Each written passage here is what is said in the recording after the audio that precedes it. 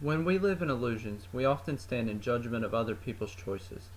When we judge other people, we maintain our illusion of personal goodness. Illusions created by judgments keep us from observing life and cause us to miss our own life lessons. When we release those judgments, we can come closer to seeing the truth and are free to evolve positively in our own journeys. This quote is from the book Second Chances by Chuck Gallagher, and I believe it means that in life we have to be willing to admit our mistakes and learn from them, and not to always judge other people based on our own perceived perfection of ourselves, because in reality we aren't perfect and nobody is, and we have to be willing to learn from the mistakes we make in life. Chuck Gallagher is a perfect example of this exact topic I'm discussing. Earlier on in his life, when he was first becoming an adult, he wanted to be the top of the top. He wanted to have the nicest things, which included a big house, nice car, fancy clothes, all of that. But you need a lot of money to get these things. And through his job as an investor for other people, he found his way into a lot of money from other people, from their hard work and from their own families. And he began to think that he could borrow this money as a way of obtaining his life success, and he could just pay it back over time. This is known as a Ponzi scheme, which is embezzling money from a business front. And he soon fell into a deep hole that he could not dig himself out of, and he was in a large amount of debt to other people, and soon the FBI got involved and he ended up in prison.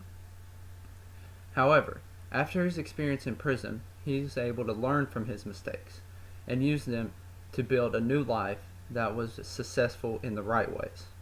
He became a motivational speaker and a well-known author, and he's able to use his books and his speeches to motivate other people to live life the right way and to not make the same mistakes that him and other people have made who have ended up in prison or had unsuccessful lives. The main moral of his story is to be able to learn from your mistakes. This is also true for all of us in our future endeavors.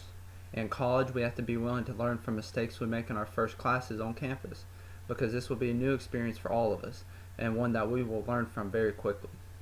And then beyond that, in our careers, I plan on being a pharmacist, and I have to be willing to learn from the mistakes I make.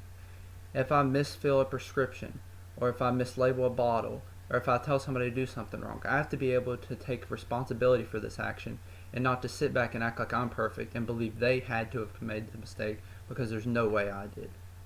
The same also goes for somebody such as an architect. If they're designing a building and they screw up, they have to be willing to admit that they screwed up.